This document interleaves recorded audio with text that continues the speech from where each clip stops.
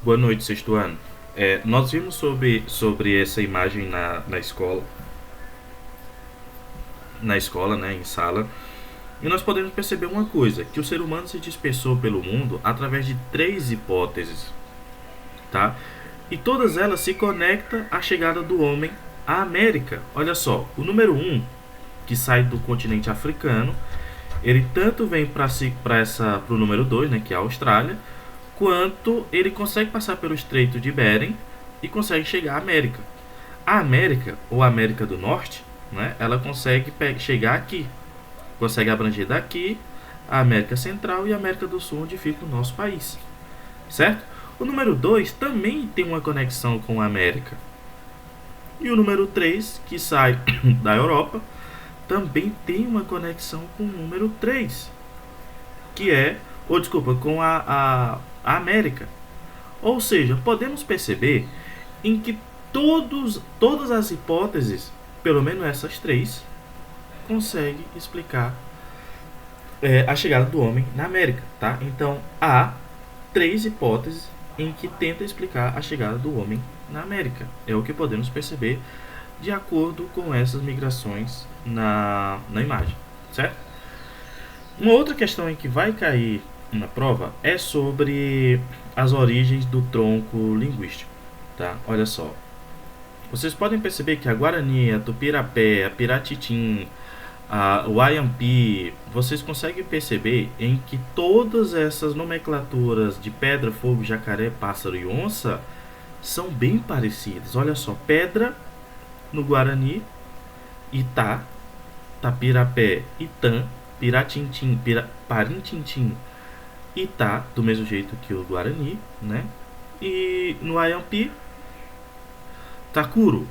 E no Rio Negro, né? O Itá também. E logo os outros, Tatá. Esse Guarani Tatá é bem curioso, tá? Por quê? Na, no norte do Brasil e no nordeste, é assim na cultura geral, né? Nós temos o dia do Boitatá, né? O Boitatá, ele está presente na nossa cultura como uma cobra de fogo, que tem a cabeça de fogo, né? Ela tem um corpo ali efervescente, ou seja, Boitatá. Olha o tatá por aqui, certo? Significa em que o tatá ele consegue abranger até a nossa cultura mais presente, nomes de algumas cidades, né? Então, ou seja, a tabela mostra várias palavras escritas em diferentes idiomas de um mesmo tronco linguístico. Quando ele fala de um mesmo tronco linguístico, é que essas línguas, todas essas aqui, descendem da mesma língua. Que língua é essa? Tupi, tá? O Tupi. Olha o nome, línguas da família Tupi-Guarani, são os descendentes. Isso quer dizer o quê? Isso quer dizer que as línguas que são descendentes do mesmo tronco linguístico, elas são parecidas. É só você perceber o português brasileiro, moçambicano, angolano e o de Portugal. São três portugueses que são diferentes na sua prática, mas na sua descendência é a mesma. E olha só que coisa, não só o português descende da língua latim, como o italiano, o francês.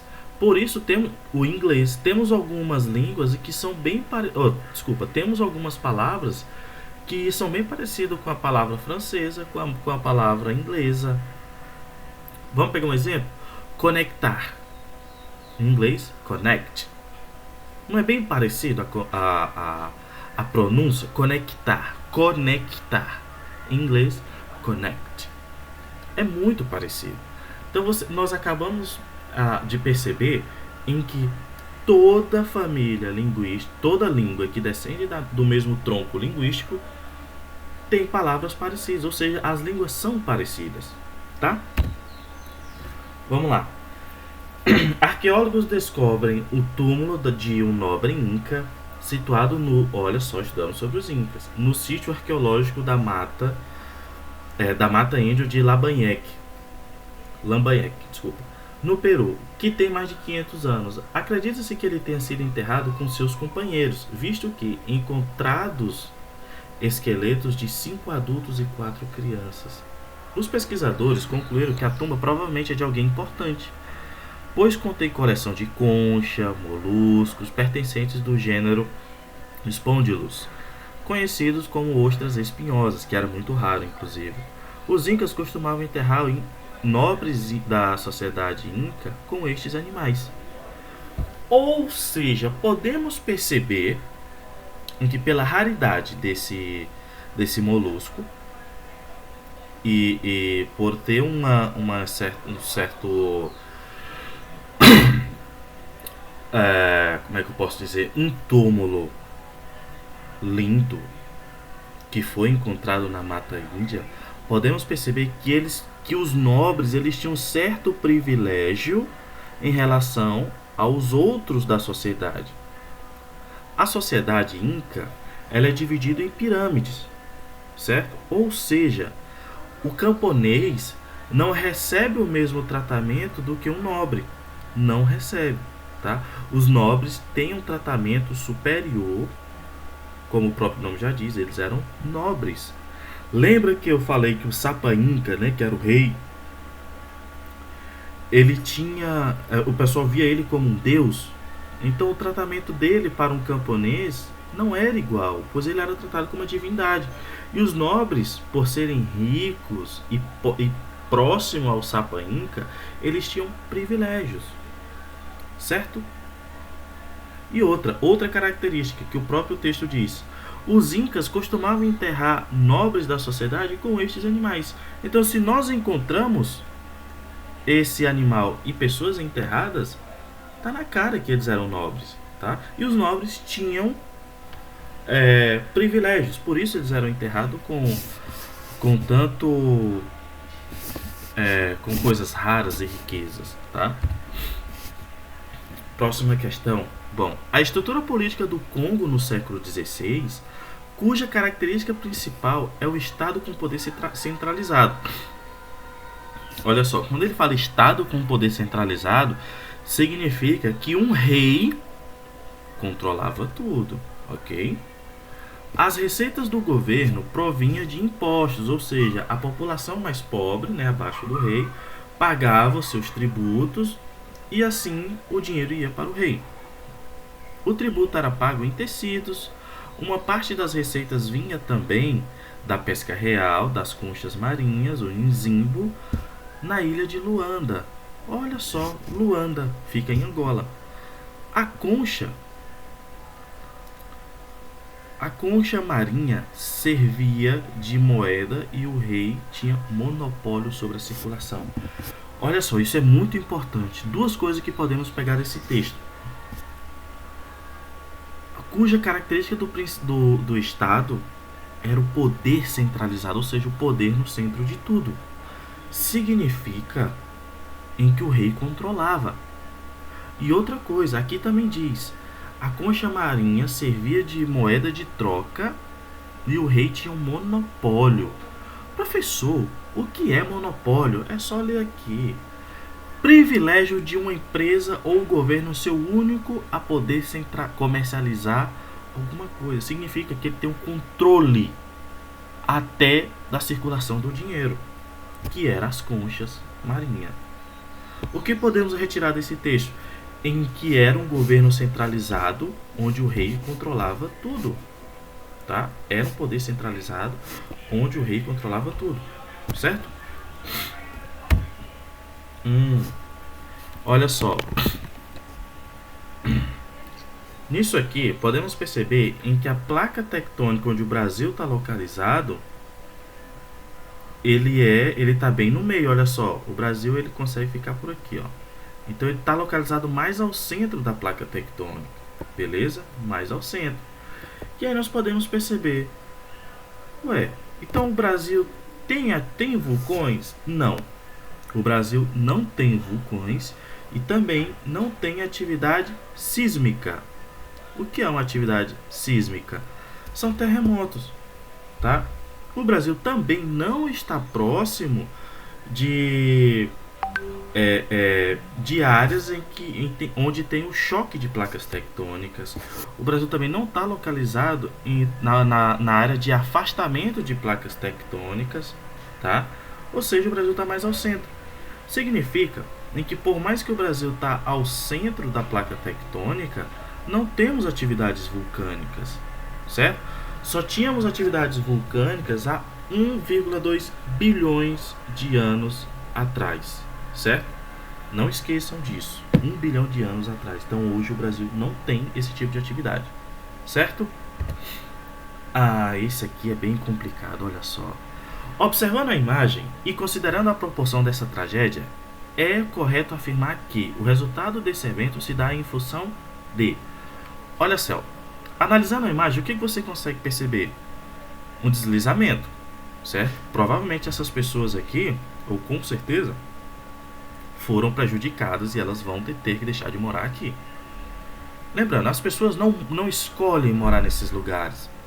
De certa forma, isso são problemas sociais.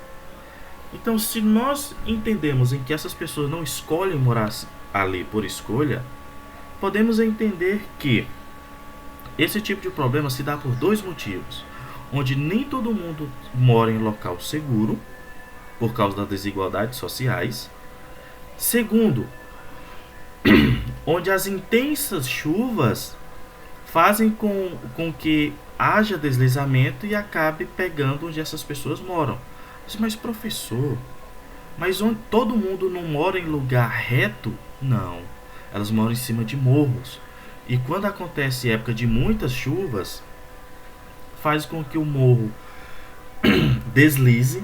E quando o morro desliza, ele traz todo aquele material, inclusive as casas, prejudicando a vida e até matando pessoas nesse processo. Por quê? Porque ninguém escolhe morar ali. O que acontece que faz com que as pessoas vão morar nesses lugares são problemas sociais, certo? Alto custo de vida e etc. Tá? Não esqueçam disso. Sobre o Pico da Neblina, o maior pico do Brasil, o maior morro existente aqui no Brasil, tá? O nome pico é autoexplicativo e é grande a probabilidade de não ter mais do que um imenso tapete de nuvens sobre os pés, cobrindo aquele mar de montanhas afiadas que rasgam o horizonte. Não é à toa que a Yaripo, o nome Yanomami para Pico da Neblina, significa montanha do vento. Mas isso é só o começo ou o fim, depender de quem como conta a história, certo? Olha só, ele tem quase 3.000 metros de altura, quase 3 quilômetros de altura. Esse pico no norte do Amazonas é o ponto mais alto do Brasil, onde a Amazônia das florestas abafadas dá o lugar às árvores mais baixas, trilhas fechadas e abre com cenários rochosos e a temperatura de 5 graus Celsius, olha só. A partir das informações sobre o Pico da Neblina, é considerada a altimetria do território brasileiro, é correto afirmar que, olha só, como você viu aqui, o Brasil ele está longe de encontro de placas tectônicas, tá? O limítrofe do Brasil é para cá, ó, tá? É para cá, ou seja, ele está um pouco distante, o que faz com que os terremotos não atinjam esse lugar onde fica o Pico da Neblina, certo? O Pico da Neblina ele foi formado há milhões de anos atrás. E por conta de não ter terremoto hoje no atual território do Brasil, esse monte ele não vai ser desfeito. E também não vai criar um novo monte, porque você sabe e aprendeu comigo em que o movimento das placas tectônicas ela pode tanto destruir uma montanha, um relevo, como pode criar uma nova montanha. Ou seja, por conta que o Brasil não tenha terremotos, nem atividade, não receba atividade sísmica, significa que esse morro vai permanecer, tá? Portanto, ele não vai ceder e nem criar um outro, ele vai permanecer como o maior pico do Brasil, tá? A maior altimetria do Brasil, pois você aprendeu em que o Brasil está no centro de uma placa tectônica, ele está longe de perigos como vulcões e choque entre placas tectônicas, tá? E aqui, ó, chegamos ao fim. Isso foi história e geografia, tá? São questões bem pequenas e simples. Qualquer dúvida eu vou estar aqui com vocês, então, por favor, assim que tiverem dúvidas, entre em contato comigo, tá bom? Até mais, sexto ano.